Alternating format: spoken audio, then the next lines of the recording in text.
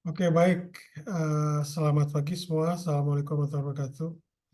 Punten ya, saya sekarang lagi di Makassar, jadi di sini jam 9 nih, saya baru ingat. Di sana jam 8 nih. Jadi minggu lalu, bukan minggu lalu sih. Senin lalu ya, kita bahas tentang gelombang elektromagnetik ya. Jadi apa namanya, apa yang kita bahas pertama itu terkait dengan hukum persamaan Maxwell ya. 34.1 dan 34.2, kemarin sampai 34.3 dan 34.4 ya. Jadi persamaan Maxwell itu ada hukum Gauss untuk listrik dan magnet, kemudian ada hukum Faraday-Lenz 34.3 dan hukum Ampere ya. Jadi hukum Ampere Maxwell ya. Jadi suku yang ini ada tambahan dari Maxwell ya. Jadi kemarin kita udah bahas. Nah, eh, salah satu implikasi dari persamaan Maxwell gitu ya. Jadi persamaan Maxwell vakum, di mana Maxwell vakum itu adalah apa namanya, sumbernya sama dengan nol, ya, baik sumber arus maupun sumber muatan listrik.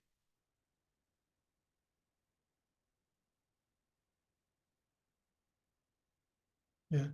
Nah, dari sini bisa kita peroleh eh, persamaan apa namanya, gelombang ya yang digambarkan 34.8 dan 34.9 ya. Dan solusinya yang berupa apa namanya, persamaan gelombang 34.8, 34.9 ini adalah yang menggambarkan persamaan gelombang elektromagnetik. Jadi gelombang elektromagnetik itu adalah gelombang yang ada komponen listrik dan magnetnya gitu ya. Dan punya kecepatan itu sama dengan C yang dia itu konstan, bergantung pada karakteristik dari mediumnya. Dalam hal ini eh, apa namanya, medium dan tanda kutip ya. Jadi dalam hal ini 34.10 udah mengindikasikan bahwa gelombang elektromagnetik ini itu dapat merambat tanpa medium, arti dalam vakum lah ya. Jadi kalau pakai medium ini berarti bukan mu nol, jadi mu dengan epsilon saja. Ketika apa namanya vakum itu berarti mu nol dengan epsilon nol, gitu. C-nya, oke? Nah jadi karena ini konstan gitu ya, jadi artinya bahwa kelajuan gelombang ini dia tidak bergantung pada gerak pengamat, gitu ya. Jadi karena dia konstan. Nanti itu dibahas lebih lanjut di relativitas khusus. Oke, jadi 34.8 dengan 34.9 itu adalah persamaan gelombang elektromagnetik. Jadi kalau dilihat dari 34.8 dan 3.49, kita mengambil fungsinya berupa apa itu sangat menentukan. Sangat menentukan. Ya, jadi misalkan fungsi yang di sini kita ambil contoh sinusoidal gitu ya, cosinus atau sinus gitu ya. Maka B-nya juga sinusoidal. Karena dia terkait ya, terkait melalui persamaan 34.6 dan 3.47. Kemarin juga kita bahas ya. Jadi di sini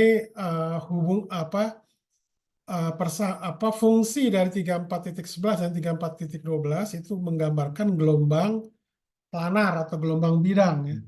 Jadi gelombang bidang itu seperti ini gambarannya di A ya. Jadi kalau Anda ambil pada T tertentu, dia punya apa istilahnya, amplitudo tertentu, T tertentu, X tertentu. Dia di gambarannya dia jadi bidang lah gitu ya.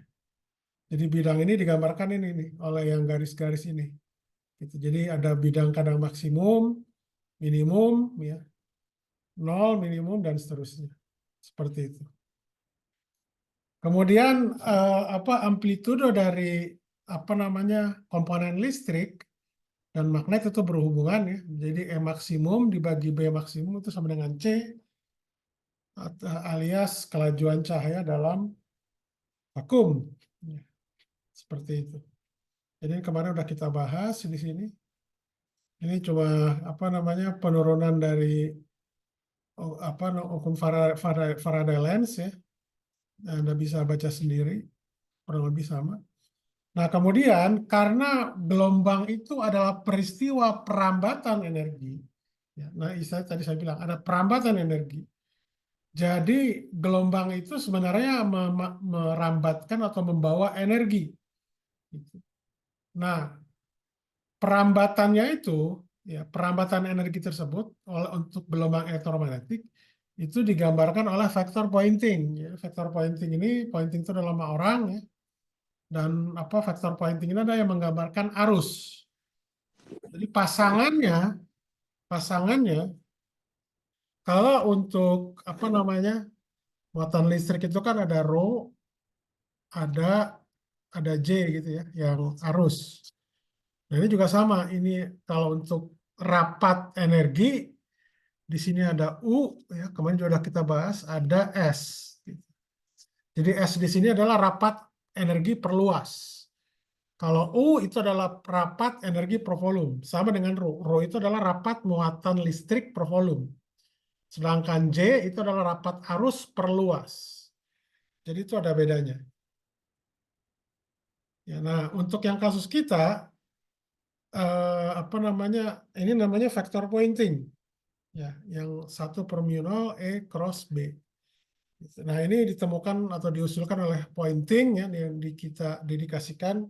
Jadi namanya ini nama vektor pointing terkait dengan arus. Kemudian kalau kita hitung besarnya, ya besarnya dari apa namanya S ini, karena E dan B itu saling tegak lurus, maka besar E cross B itu sama dengan E kali B. Ya, untuk kasus kita, sehingga didapatkan besar S itu adalah sama dengan EB per mu 0. Karena E per B sama dengan C, maka didapatkan B sama dengan E per C. Sehingga didapatkan S di sini itu adalah E kuadrat per mu 0 C. Gitu ya. Atau sama dengan C per mu 0 kali B kuadrat. Jadi bisa dibolak-balik. Gitu. Karena ada hubungan E per B sama dengan C. Nah, kenapa kita perlu belajar faktor pointing? Karena nanti ini terkait dengan yang disebut namanya intensitas. Jadi intensitas itu adalah rata-rata dari vektor pointing dalam satu periode. Jadi ini didapatkan nanti kalau untuk kasus kita, ya karena untuk kasus sinusoidal, ya rata-rata dari sinusoidal itu adalah ada setengahnya kan ya, setengahnya karena sin kuadrat kan atau cos kuadrat, jadi ada setengahnya. Maka di sini dapatkan daya rata-rata, maaf, S rata-rata, ya itu adalah maksimum kuadrat per 2 mu 0 kali C. Per C, maaf. Gitu. Sampai sini dulu ada pertanyaan. Nah, faktor pointing rata-rata itu terkait dengan yang namanya intensitas. Jadi intensitas itu adalah terkait dengan kalau di suara, intensitas itu terkait dengan kekuatan apa istilahnya daya energi yang dipancarkan oleh bunyi atau tingkat kekerasan lah gitu ya, tingkat apa tingkat terdengarnya bagaimana intensitas itu kuat kuat apa istilahnya level terdengar apa istilahnya apa gitu level level keras atau ini atau pelan kalau untuk suara. Kalau untuk cahaya intensitas itu terkait dengan daya terang atau gelap intensitas itu. Kalau dia itu gelap berarti intensitasnya nol. Kalau dia itu makin terang berarti dia intensitasnya tidak nol, makin menuju positif gitu ya. Nah, kemarin juga kita udah bahas bahwa energi dalam dari medan listrik, misalkan dalam suatu kapasitor itu adalah setengah epsilon nol E kuadrat kan. Kemudian untuk apa namanya eh, rapat energi untuk medan magnetik ya, itu adalah B kuadrat per 2 mu 0. Jadi untuk yang kasus ini Anda bisa bayangkan ini adalah energi listrik dalam kapasitor, ini energi medan magnetik dalam induktor gitu lah ya. Jadi lebih mudahnya bayangan itu. Nah, kalau kita lihat dari rumusannya ya, dari rumusannya, jadi E cross B E cross B. E itu kemarin kan kita udah bahas, E itu dia osilasinya sepanjang sumbu Y. Sedangkan B itu osilasinya sepanjang sumbu Z kan gitu. Mohon maaf. Ini kenapa ya?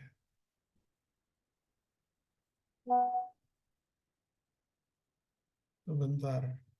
Sebentar kok agak aneh ya. Sebentar.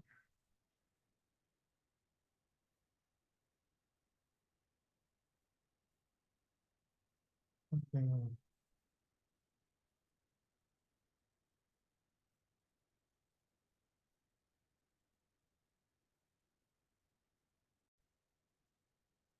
Oke, jadi karena S itu adalah E cross B, ya, E cross B, ya. Jadi sedangkan E itu di sini untuk kasus kita ambil osilasinya sepanjang sumbu Y, kemudian B di sini osilasinya sepanjang sumbu Z. Sehingga kalau saya crosskan E cross B, ya, vektor pointing ini nanti akan berarah ke sepanjang sumbu X gitu ya. Jadi artinya memang S di sini itu sejajar dengan arah perambatan dari apa namanya medan elektromagnetik. Gitu. Sampai sini dulu pertanyaan sebelum saya lanjutkan. Oke, tidak ada. Nah, jadi karena kita dapatkan di sini ya UE itu adalah sama dengan ini, dengan UB itu sama dengan ini.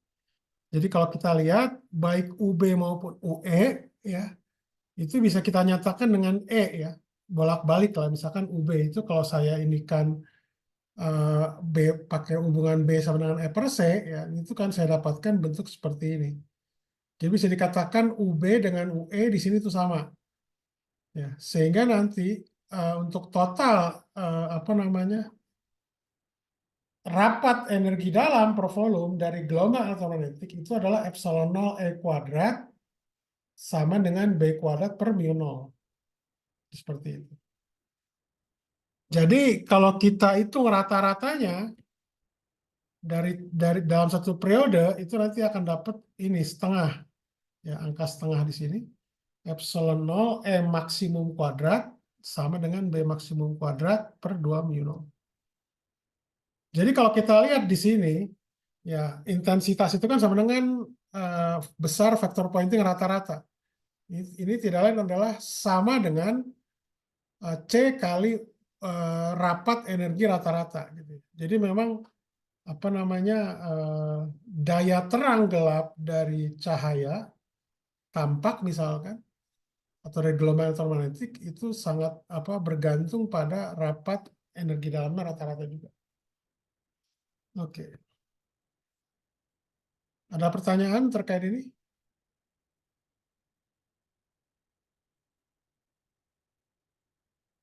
Oke, intensitas itu juga kalau Anda lihat di contoh soal di sini, ya intensitas yang sama dengan E maksimum per 2 mu 0 C gitu ya. Maaf, B maksimum atau per 2 mu 0 atau sama dengan setengah epsilon E kuadrat maksimum ya. Mohon maaf, ini maaf, aduh salah saya. Mohon maaf. Jadi intensitas itu terkait dengan daya daya terkait dengan besar faktor pointing rata-rata. Ini sama dengan C kali rapat energi per volume rata-rata. Rata-rata rapat energi per volume. 34,23. Nah, kalau kita lihat di sini, intensitas itu juga sama dengan gelombang bunyi. Yang semester lalu Anda bahas, itu adalah daya rata-rata dibagi 4pi R kuadrat. Gitu. Oke? Jadi, kalau Anda bisa bayangkan ya, berarti rata-rata dari apa namanya? Rata-rata dari apa daya yang dipancarkan oleh cahaya ya, daya rata-rata itu sama dengan E maksimum kuadrat dibagi 2 mu 0 C kali 4pi R kuadrat. Jadi seperti Anda menggambarkan ini satu titik gitu, itu memancarkan cahaya di sekelilingnya. Gitu. Nah ini adalah jaraknya R gitu, seperti itu. Nah titik sumber cahaya ini itu nanti bisa juga Anda misalkan ini adalah matahari. Gitu. Matahari memancarkan cahaya sampai ke bumi. Gitu. Nah yang dalam lingkaran ini itu adalah uh, buminya gitu ya. Sebentar ya. Ini perasaan Anda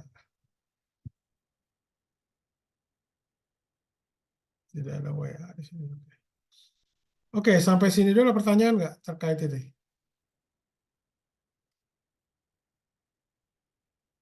Tidak ada. Oke, saya lanjutkan. Ini cuma sekedarnya cuma wawasan saja. Jadi adanya vektor pointing atau apa istilahnya rapat arus energi perluas dengan rapat energi per volume itu apa istilahnya menyebabkan adanya yang disebut namanya momentum atau tekanan. Jadi cahaya dia itu punya rapat arus energi dengan rapat energi per volume itu bisa menyebabkan adanya tekanan atau momentum. Nah, contohnya di suara, di gelombang suara, gendang telinga kita itu kita bisa mendengar apa namanya bisa mendengar eh, suara di kita itu konsepnya itu adalah karena gelombang suara itu punya apa namanya rapat arus energi atau rapat energi per volume yang menyebabkan adanya tekanan.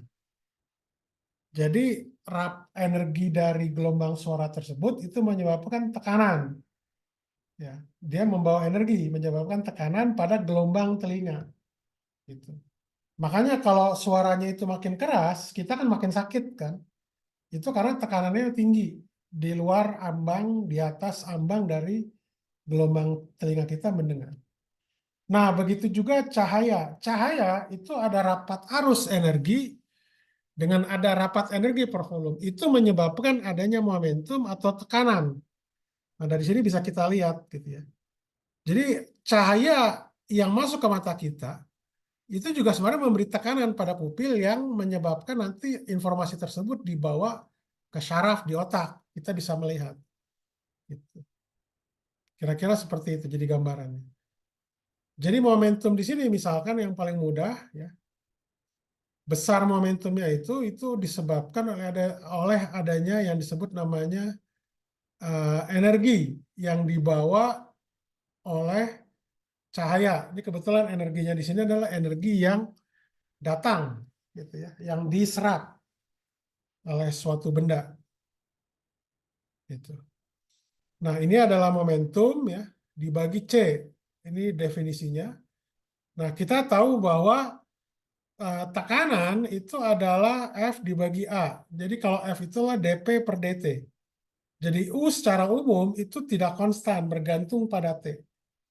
Jadi kalau kita dapatkan P di sini itu adalah 1 per C du per dt dibagi A. Gitu. Jadi misalkan Anda mau menghitung tekanan pada pupil, nah berarti kan Anda harus menghitung dulu energi yang dibawa oleh cahaya gitu ya. Sehingga dia itu jatuh ke pupil yang menyebabkan adanya tekanan pada pupil. Paham ya sejauh ini? Kemudian kalau yang ini adalah terkait dengan tekanan ya. Nah, satu lagi yang ini adalah apa tekanan radiasi yang bekerja pada permukaan ya. P di sini itu adalah sama dengan S dibagi C. Gitu. S itu adalah besar dari apa namanya eh, apa S itu vektor pointing, mohon maaf.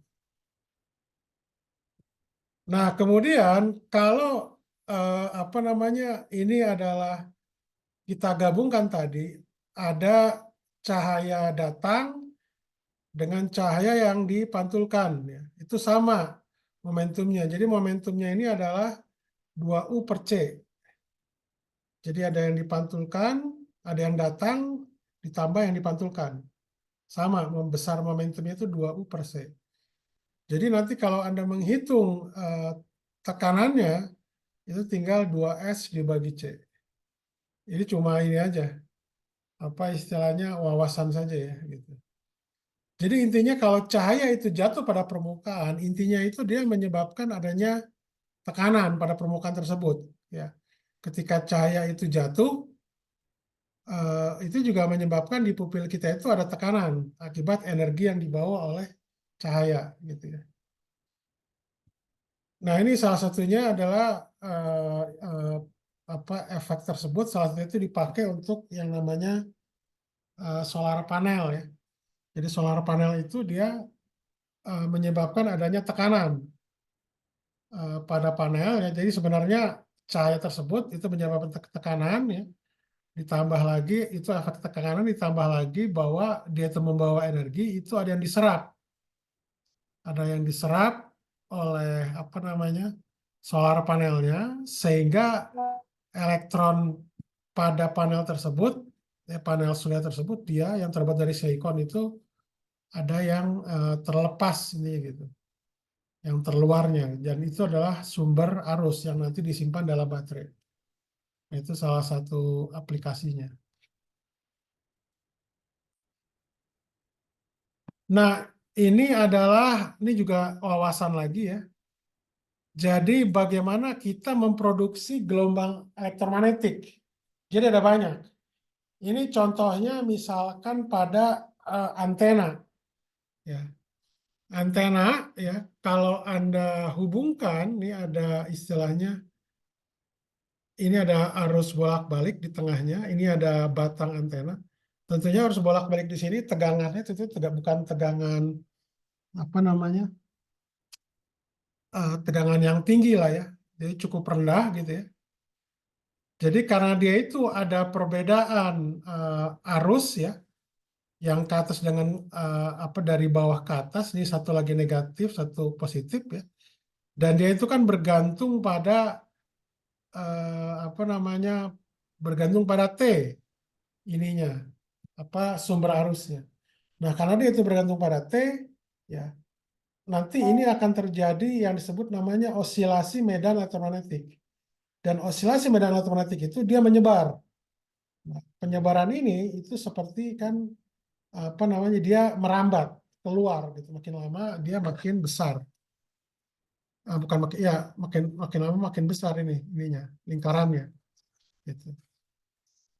Jadi bisa dikatakan bisa kita lihat di sini bahwa sumber gelombang elektromagnetik dari antena yang seperti ini itu bisa kita anggap ini sebagai partikel apa sumber titik ya. Kemudian gelombang yang dihasilkannya itu berupa gelombang elektromagnetik yang berbentuk yang bersimetri bola. Gitu. Kira-kira seperti itu. Itu dari antena dan masih banyak lagi sih sebenarnya. Kemudian terakhir terkait dengan spektrum gelombang elektromagnetik.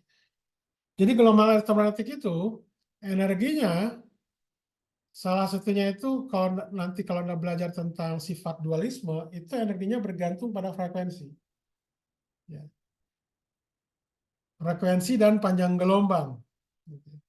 Makanya di sini kita biasanya menggunakan frekuensi atau panjang gelombang untuk melihat spektrumnya. Jadi kalau di sini misalkan di bawah ini adalah gelombang radio ya, yang gelombang panjang ini dia sampai 1 kilometer gitu ya, di atas 1 kilometer. Nah, ketika dia itu apa namanya di sini ya, makin ke sana itu gelombangnya makin pendek, tapi frekuensinya makin besar. Ya, karena kan lambda kali F sama dengan C. Ya, jadi kalau F-nya makin besar, lambdanya makin pendek, atau lambdanya makin panjang, F-nya makin kecil gitu. Seperti itu. Nah, cahaya tampak itu di sini. Jadi Anda lihat di sini cahaya tampak itu ada dari frekuensi 10 pangkat 11 Hz sampai sekitar 10 pangkat 17-an lah ya. Cahaya tampak. Sorry, maaf. Cahaya tampak itu, mohon maaf. Cahaya tampak itu yang red, green, blue, ya, itu di kisaran sekitar 10 pangkat 15 Hertz kisarannya.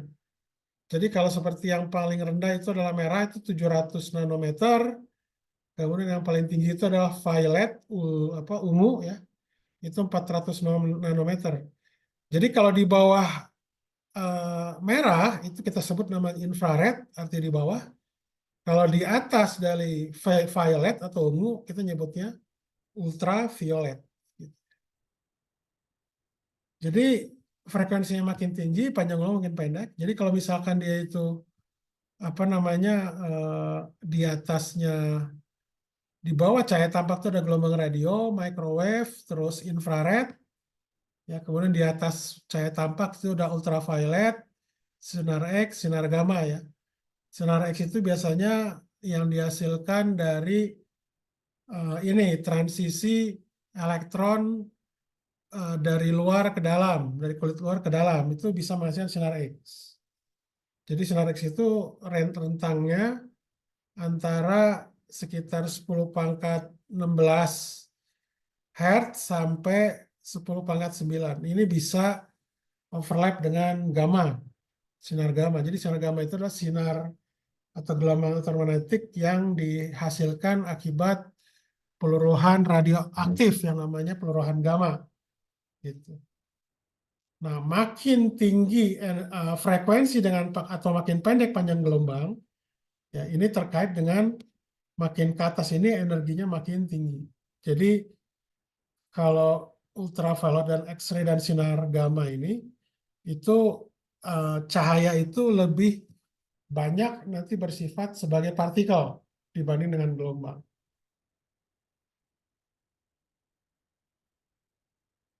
Oke, ada pertanyaan sampai sini? Jadi ini adalah ringkasan. Ada pertanyaan nggak? Pertanyaan.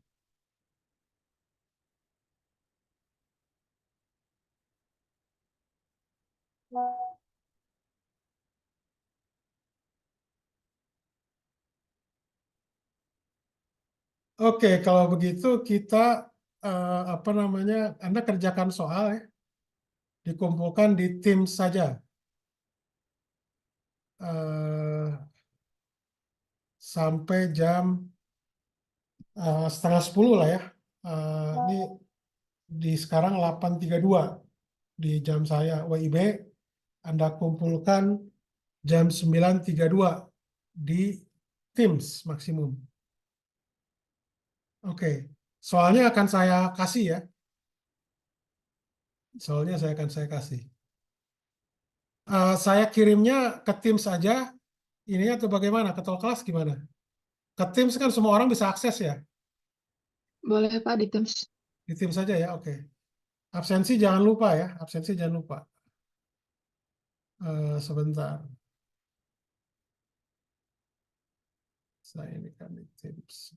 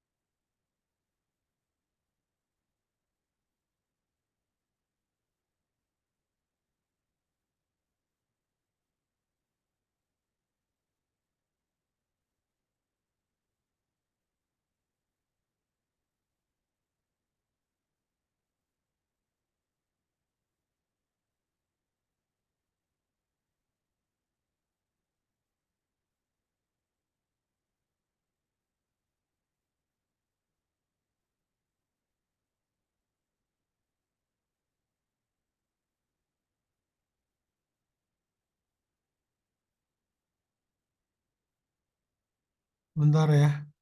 Saya ini kan